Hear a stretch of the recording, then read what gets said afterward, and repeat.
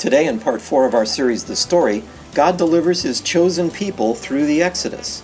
The book of Genesis answers questions regarding both man and God. What's wrong with man, and how can he be fixed? God also reveals his nature, heart, name, and power. Here's Pastor Seth. If you followed our 3 messages through Genesis, hopefully you've already seen that if we're going to change our nature, it has to be God's work in our life. There is no human solution that can ultimately change our human nature except God's intervention.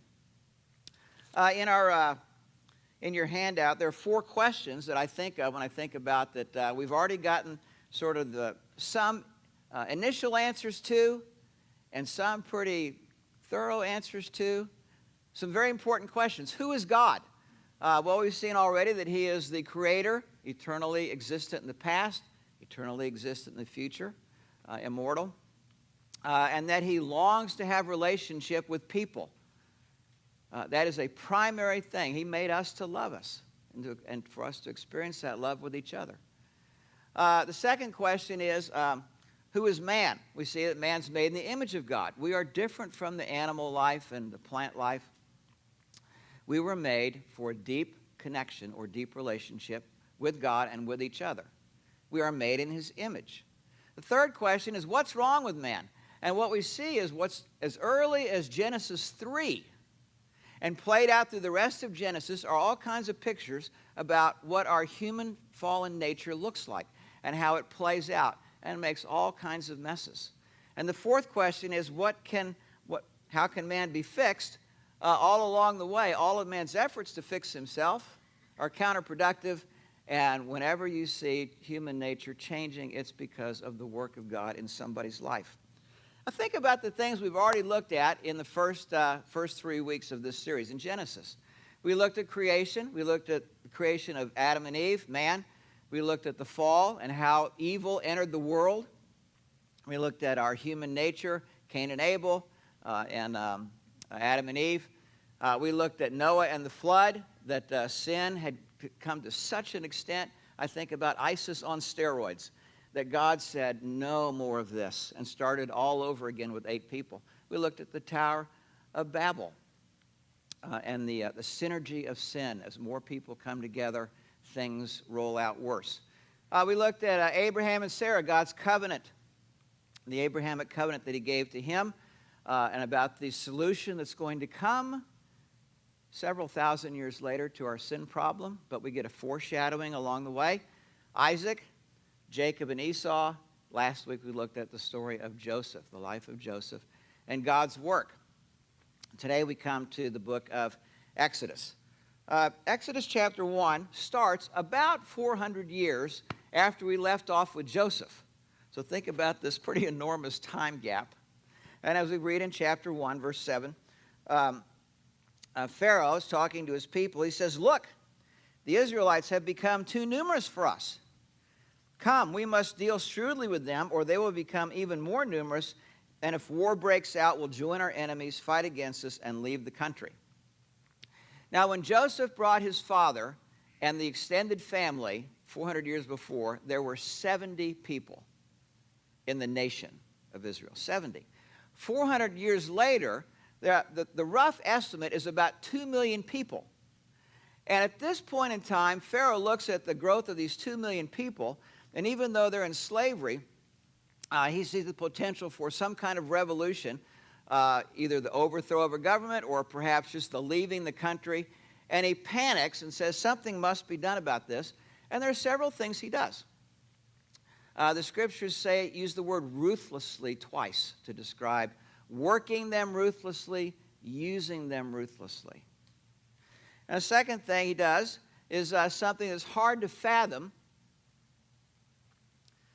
He tells the midwives that are delivering the children of the Hebrew mothers that if a boy pops out of that womb, kill him. Kill him.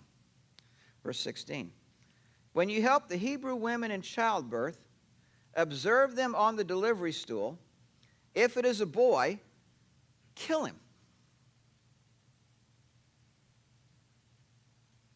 If it's a girl, let her live.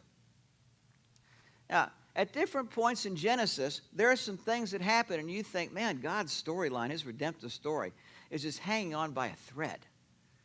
How is this going to play out over the course of centuries? And this is one of those moments where, from a lower story perspective, you think, good grief, what's going to happen to the nation? You can see the beginning of perhaps the annihilation and extinction of the Jewish nation right here. And yet, as we've already seen in Genesis many times, there's an upper story line that's going along, and we get a little piece of that in verse 17. The midwives, however, feared God and did not do what the king of Egypt had told them to do. They let the boys live. So even though from a lower story perspective it looked like, boy, God's story was done, God is using Pharaoh and these midwives to tell a story. That even in the most dire of circumstances, no matter how bleak it may look for you, I can use everything for my purposes. Now, one of the questions that always comes up about this is, how come that the Israelites were in slavery for 400 years? And there are a number of different answers that come, but the one that strikes me the most is, as you think about God's redemptive story in time, one of the things that human nature is really good about is minimizing an event. To say God did something, oftentimes you hear people, well, it could have been a coincidence. Could have just happened. You know, how can you say God did this? And yet, as we read today in Exodus, one of the things that's so striking to me is sort of like God saying, I know the propensity that human beings have to slough off and explain away all these things. And so what I'm going to do through this whole Exodus experience is make it virtually impossible for any unbiased person to say, just coincidence. Some of that is some of the plagues that we're going to see. And some of it has to do with the promises, prophetic utterances given and played out over hundreds of years, like the 400 years of slavery. In Genesis 15:13 in your handout, we go back all the way, for us, to week 2, which was 2 weeks ago, but all the way back to Abraham, the second Abrahamic covenant in Genesis 15, and listen to what God tells Abraham. Know for certain that your descendants, now at this point in time, he has no descendants, will be strangers in a country not their own. There they are in Egypt. They are not in their country. They will be enslaved, bingo, enslaved and mistreated ruthlessly twice, 400 years. 400 years. Now, this prophecy was given to Abraham about the year 2091 BC. 2091 BC. We pick up Exodus when Moses was born in the year 1526 BC. That is a 565-year span. Right on target. 400 years. Number 5, I will punish the nation. They serve as slaves. We're going to see that today in the Exodus. And afterward, they will come out with great possessions. These slaves who have nothing are given all kinds of gold and silver and food and clothing and livestock as they exit. It's going to be hard for somebody to say, well, you know, all these things are just coincidences. Now, through the story of the first few chapters of Exodus, God is revealing 4 things to Moses and to the people. The first is his nature. This is on the inside of your handout. God reveals his nature to Moses. Moses, come to Horeb, the mountain of God. Came to Horeb, the mountain of God. There the angel of the Lord appeared to him in flames of fire from within a bush. Moses saw that the bush was on fire. It did not burn up. When the Lord saw that he had gone over to look, God called to him from within the bush, Moses, Moses. Moses said, "Here I am." "Do not come any closer," God said. "Take off your sandals, for the place where you are standing is holy ground." Then he said, "I am the God of your father, the God of Abraham, the God of Isaac, the God of Jacob." At this, Moses hid his face because he was afraid to look at God. Now, the sense that you have, or that I have as I read this, is that there was something very solemn, something very sort of awe-inspiring, something very humbling that was going on in his interaction with God here, something that he realized which sort of caused him just to sort of close his mouth and just to realize that there was something here about God that was grander and bigger, more majestic than what he had known. And then right on the heels of this, God reveals something else of himself, and that he reveals his heart. Something of his nature, and then immediately something of his heart. The Lord said in verse 7, "I have indeed," and then he tells him 1, 2, 3, 4, 5 different ways the same thing. "I have indeed seen the misery of my people in Egypt. I have heard them crying out because of their slave drivers. I am concerned about their suffering. I have come down to rescue them from the hand of the Egyptians and to bring them up out of that land into a good and spacious land, a land flowing with milk and honey.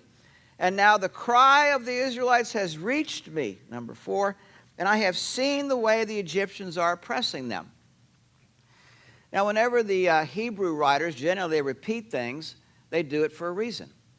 And that's their way of sort of good, better, best. They emphasize this more. Here, the same idea is given 5 times. And the essence of this is, I am not just a holy God with which you take off your sandals and you bow down in awe and worship me, but I care for you more than anybody else ever will. I hear the cries of your heart. I know what your suffering is like. It concerns me. You are not lost in the history of time. I care about my people deeply. Both of these things, he reveals his nature and his heart, are true at the same time about God. And then, verse 10, he tells Moses, "So now go, I am sending you to Pharaoh to bring the people, my people, the Israelites, out of Egypt." But Moses said to God, "Who am I that I should go to Pharaoh and bring the Israelites out of Egypt?" Now, before we get too down on Moses for this, he was 80 years old, no longer a spring chicken. He had grown up in Egypt in the palace of Pharaoh. He had committed murder of an Egyptian, fled for his life, been out in the desert for 40 years, tending his father's sheep. The idea of going back to Pharaoh and confronting him to let my people go, that's quite understandable. Imagine if this happened to you today. You're out taking a hike, maybe down in the hills near the ocean. And on one of those hills, as you're doing this, you see a bush that's on fire. But as you're standing there, the fire does not consume the bush. You're intrigued, and you hear a voice, a deep voice. Ryan. Yes. "I have heard the cry of the Ukrainian people and the Crimean people just by the Black Sea, ever since the Russians invaded them under Vladimir Putin. I have heard their cries and their suffering, and I am sending you to confront Vladimir Putin and tell him, take your army out of Ukraine and out of Crimea and leave my people alone." You sort of get the sense of what God's asking this man to do? He says, you got the wrong guy. I remember, years ago, I became a Christian middle of my junior year in college. And in the fall of my senior year, I remember sitting in church and listening to the pastor speak. And I'd been a pre-med guy for 3 years. I changed to history. major. I thought that I was going to be teaching history. I wanted to teach history on the college level. I thought, wow, that's just perfect job for me. And at Baylor, I thought, boy, wouldn't that be cool? But sometimes on Sunday morning, as the pastor would be speaking that fall of my senior year, I remember just having this random thought, I wonder what it'd be like to be a pastor. And after a few weeks, that sort of morphed into, I wonder if God would ever want me to be a pastor. That's sort of a ha-ha question. And then about another month later, it seemed like that might actually be something he would want me to do. And at one point in time, this sense of this on a Sunday morning seemed so strong. And I remember sitting just out, just in the group, listening and thinking about this. And I had this thought, and it was one of the most puzzled questions I've ever asked myself. Could the kingdom of God be this desperate for leadership? Me, with my history and the screw up that I've been these first 20 years, there have got to be a lot more qualified people to do this than me. Well, there probably were a lot more people qualified than me, but somehow he included me in that. But I remember on a much smaller scale than Moses, sort of that sense of, you got the wrong guy. I don't have what it takes to do that. Now, put yourself in a situation like this, where you are given a task that is completely beyond you. It's just overwhelming. And you tell that to God. What would you want God to tell you next?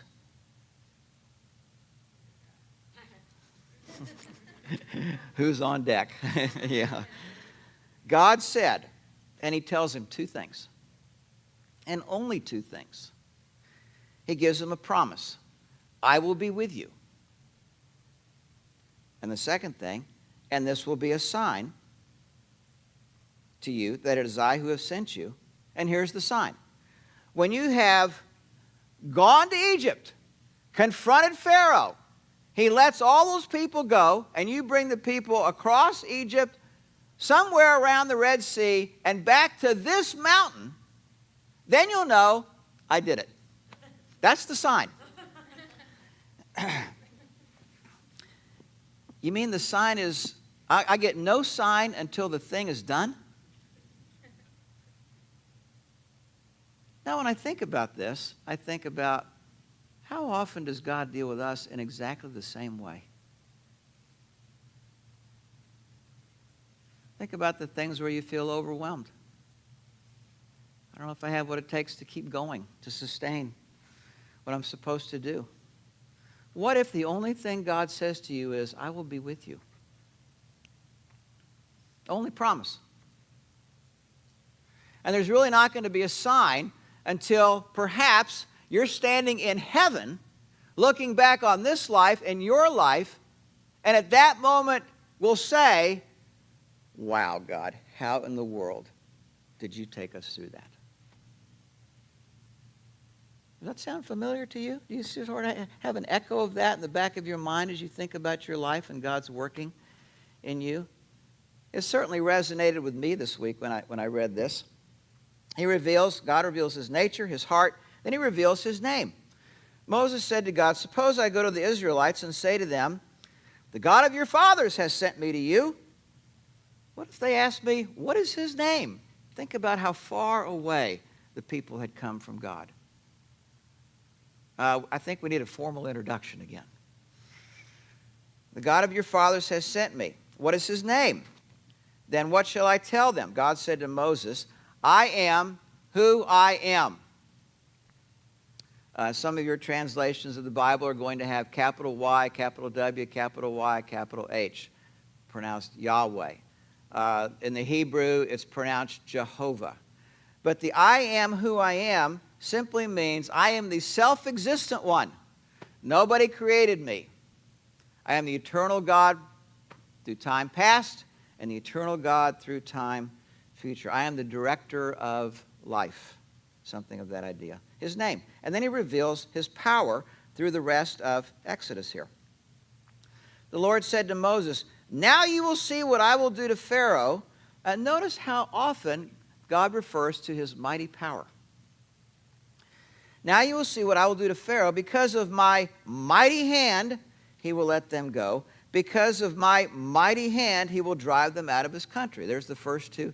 It's not going to be because you're such an eloquent speaker or because you sort of made good friends with Pharaoh and some goodwill there, or you negotiated a treaty, some agreement.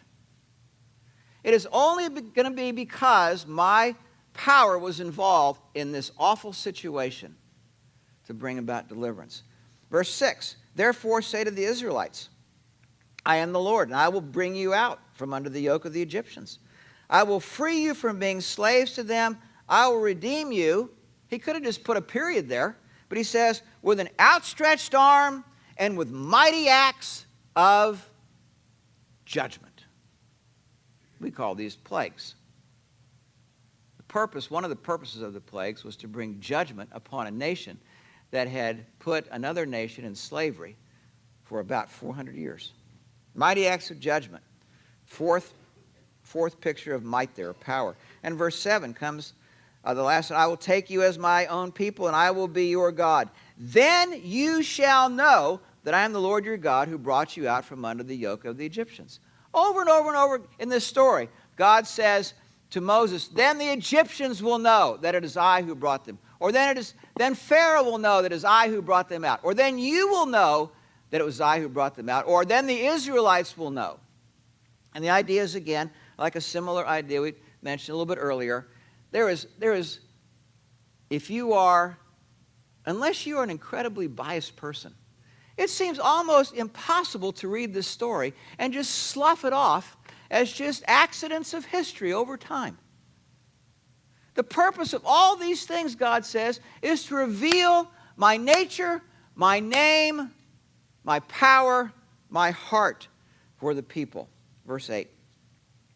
I will bring you to the land I swore with uplifted hand to give to Abraham. A picture of court. We raise our hand. We swear. That's where God's giving them a picture that we would recognize. I will bring you to the land I swore with uplifted hand to give to Abraham, to Isaac, and to Jacob. I will give it to you as a possession. I am the Lord. Now, Moses decides he and Aaron go to Pharaoh.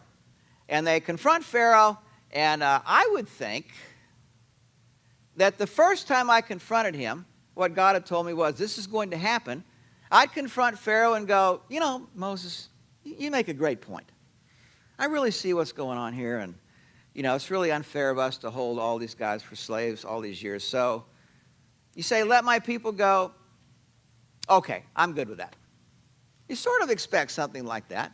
Or if that doesn't happen, I would think, well, if Pharaoh says no, maybe there's going to be some great earthquake that just destroys the palace there. And the ruling authority is overwhelmed. And there's a great coup or revolution. And the people rise up. And they take authority. And they sprint to the east for freedom. Well, none of that happens. He goes with the first plague. The Nile River, the source of life for the people there, turns to blood, a symbol of judgment. What they were trusting in turns to judgment. Pharaoh was not swayed by that. The land is filled with frogs. Pharaoh is not swayed by that. The land is filled with gnats. I was up in the mountains for a few days last week, and every time I took a walk, I was experiencing something of the third plague on a much smaller scale. And the fourth, flies. I think I killed 10 in one sitting.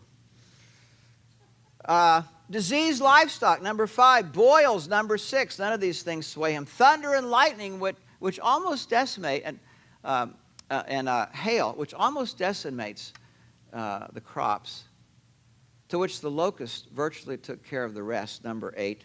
And then number 9, darkness over the entire land. Now, in spite of these awful 9 plagues, a series of judgments upon the whole land of Egypt, except for one section of Egypt called Goshen, where the Israelites lived, which is rather remarkable, Pharaoh's heart continued to harden. As you read through Exodus, you see sort of two things going on at the same time. Pharaoh's heart hardens, and at different times, God hardens his heart. Now, I remember the first time that I read this. This is years ago, 40 years ago, over. And I remember thinking, God hardened his heart? Oh, I don't think I understand that. I don't get that. And it took me a while to realize that what I was assuming was that by the time we hit Pharaoh in the story, that Pharaoh had a real soft heart, kind of an innocent guy. Well, in reality, we know that the human heart of everybody is hard to start with. On a scale of 0 to 100, 0 meaning a soft heart, 100 meaning a hard heart, Pharaoh doesn't begin at a 0. Pharaoh starts at 100. And then he sort of doubles and triples it by working them ruthlessly, using them ruthlessly, making their slave life harder by withdrawing straw to make bricks, and by telling the midwives, when a little baby boy is born, take him down to the Nile River. If he started at 100, by the time we reach him, when Moses reaches him, he might be at a 400 or a 500. And at this point in the story, at different times, Pharaoh hardens his heart, moving to your right, higher numbers. And God says, you've already determined in your heart what you're going to do. You are not going to listen to me no matter what I do. And no matter how destructive I am to the people you're supposed to love and lead. If you insist on going that way, then I'm going to do something that the world will marvel at. I will take a heart that is as hard and crusty and stubborn and proud, and I will bring glory to my name through that. Even in your sin, watch what God can do with the people. Now we come to the 10th plague, the Passover. Then they are to take some of the blood of the lamb. This is God's people. Slit the lamb's throat. They take the blood, put it on the sides and tops of the door frames of the houses. And then they're to eat the Passover lamb that they sacrificed, similar to, as Doug said, what we're going to do here in just a few minutes. On that same night, I will pass through Egypt, and part of that, within that, the land of Goshen, where the Israelites live, and strike down every firstborn, both men and animals, and I will bring judgment on all the gods of Egypt. I am the Lord. Pharaoh, at this, still would not budge. He had a son. He had a firstborn. Even in the face of that, he said, no. I refuse to respond to you, Moses, or to what God says. Verse 13, the blood will be a sign for you on the houses where you are. When I see the blood, I will pass over you, the death angel, passing over the homes.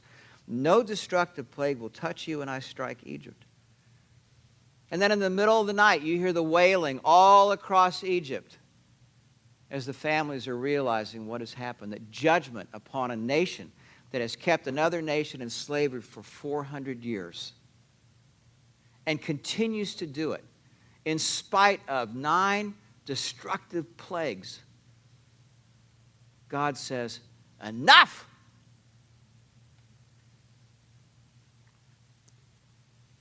Finally, Pharaoh says, go. And take everything you want with you. Gold, silver, clothing, food. Ask the people, take it, go.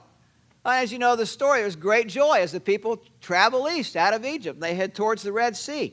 When they get there, amazingly, this man who is down here at maybe 800 now, or 1,000 on the hard heart, says, we shouldn't have let him go. We shouldn't have let him go. And he tells his commanders, arouse the infantry, the cavalry, the charioteers. Chase him down. The people are traveling east. They have nothing with which to fight. And they look at what's coming up behind them, and they go to Moses, and they say, have you brought us out here so that graves can be placed here? And your people, God's people, can find their final end here? And Moses says, stand and watch the deliverance of the Lord. The pillar of cloud that had led them out east now comes around behind them and provides a protective shield between the Egyptian army and the people. And the scripture says that darkness covered the army on this side and light covered the people on this side. A great night wind all night separated the waters, creating walls on both sides. And right down the middle of the sea, what used to be a muddy seabed becomes dry, dusty ground in the morning. And it's time to go. The first little boy, a Hebrew boy, runs down that dry seabed. There's not mud, not water. And 2 million people follow all the way across that dry seabed.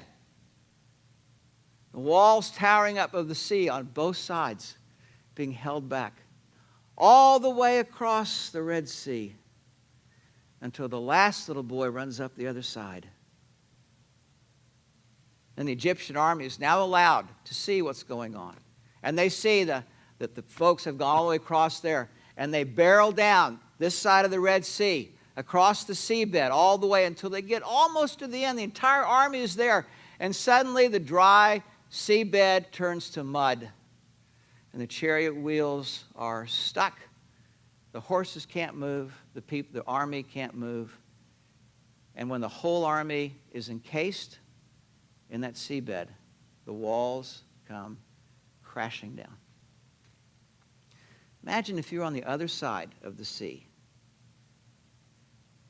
and had just watched this.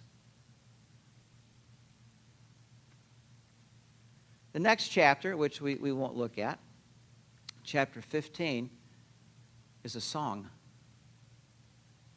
that was birthed out of standing on that seabed, the bank, and watching this deliverance. Yeah, archaeologists have gone down to the bottom of the Red Sea over the years, and there are still things down there. And we have a few of these here.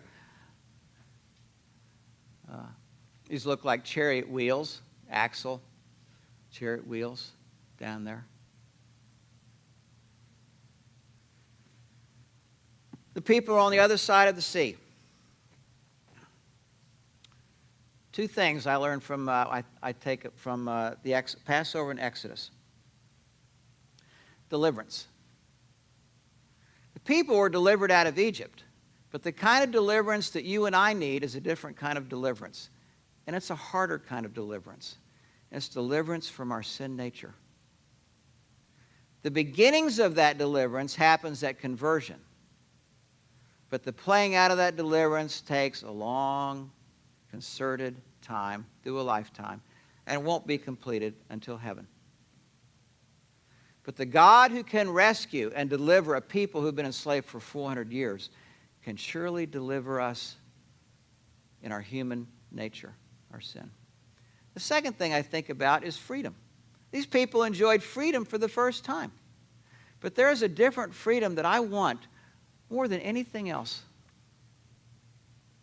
I want to be free from my nature. I want to be free from that just god-awful Seth that wants to get in the way about almost anything, even in the most casual of conversations, or when the most trivial of annoyances, when I get upset. I get so tired of having to deal with me. And I yearn for the day when that will become, I won't have to deal with that anymore. A different kind of freedom. What we're about to celebrate here guarantees both those things. Eventually. This is the purpose of the Passover. Passover gives us a picture of coming attractions, of what's going to happen on a hill called Skull Hill in Jerusalem. many years in the future, when not just a white lamb with no spots, but a sinless lamb, capital L, allows himself to be nailed onto wood and lifted up on a cross, and for 6 hours to have his lifeblood, little by little, drop by drop, cruelly taken out of him.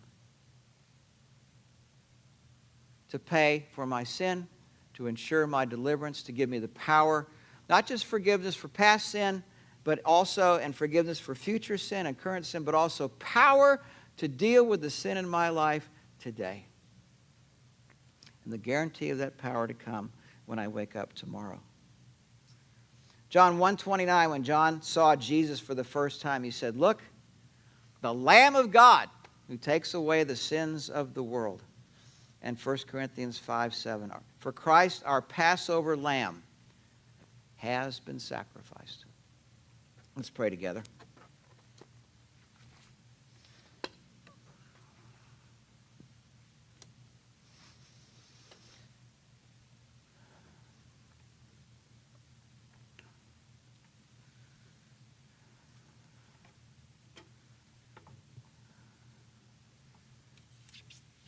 Father, even though we've looked at, in a summary way, these 14 chapters of Exodus, it's hard to imagine that anybody with an open mind could look at all of these things and still say, no, I want to live my life my way. I will not live it your way. I'm in charge of me.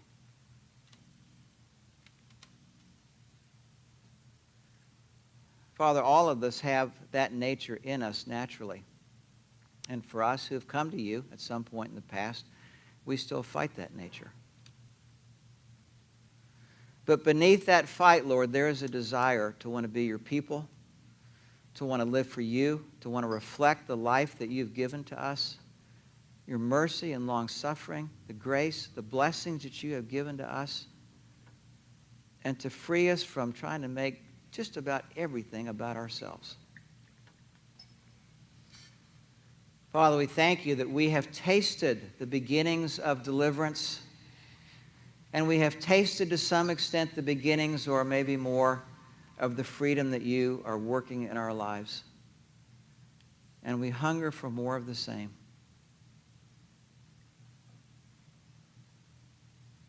And we pray that our lives would be a testament to others of the value and the virtue of following you with all of our hearts.